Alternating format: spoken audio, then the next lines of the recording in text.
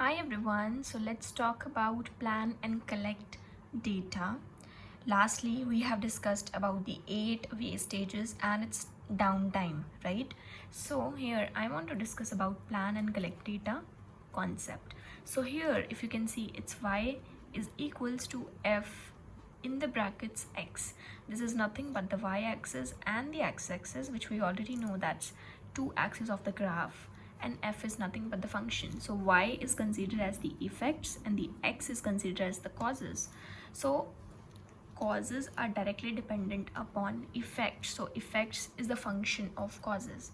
So what is the cause of anything and what are its effects? So both are interdependent on each other. So we'll be discussing about the data types here. How do we classify the data? Six Sigma is a data driven methodology, right? So we just need to see that how we are going to classify the data. It is discrete and the continuous data. I am sure you must have heard about discrete and continuous series. So discrete data is nothing but which cannot be further divided into the decimals and the fractions, right? For example, very simple example I have taken up, it's a number of parts damaged in the shipment. This cannot be 1.5 or 2.5. Number of road accidents cannot be 1.5 or 2.5. You will get the infinite numbers, not the fractions or decimals. So this is the discrete data. For example, 1, 5, 10, 20, right? On the other hand, the continuous data is nothing, but it includes, for example, the length of book, size of book, temperature. It can be distributed. So continuous data can have almost any numeric value and can be further divided into fractions. That is the size of book, half of the book or 1/3 of the book. Temperature 1.5 degrees Celsius, 2.5 degrees Celsius, can be anything, right? So that's creating a data collection strategy. So how the data collection needs to be done?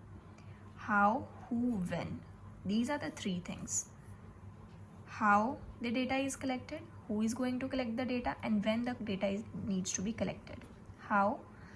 Obviously, this will be basis of the check sheets and surveys, all that. Data collection strategy can be anything, right? Check sheets, it starts from the normal check sheet. If the population is less, so we can use the checklist data in order to grab the data. Who is familiar with the process, who is already taking care of the process. In that only, the person who is not overburdened, that needs to be checked by that particular person. When to be collected, it depends. So in any process, the data are going to be analyzed and collected. So it depends upon the frequency, it varies. So how, who, and when will the data be collected? This is the data collection strategy we need to create. Another one is sampling and when it is done. So you must be knowing about the sampling part already before. So sampling is nothing but getting the samples from the population to check the scenario and the trend. Collecting only a portion of that data which is available saves time and money and gives a meaningful results. So sampling gives you the meaningful result because you are getting the data out of it. Methods of sampling. Simple random is nothing but randomly choosing from a population. Suppose we have 10 balls, right? We have 10 balls and we randomly choose any 5 balls and doing the surveys on that. Stratified sampling. Subsets groups are created, then units are picked. For example, we have 10, 10 and 10. In these 10, 10 and 10 lots, we selected 3 from one lot, 3 from one lot, 3 from one lot. That is called a stratified sampling. Systematic sampling, which every nth unit is selected. For example, in a value stream chain, for example, in a manufacturing industry, there is a car manufacturing unit, right? So every fifth car which is produced, that needs to be audited and checked its sample. Every fifth car is going to be checked.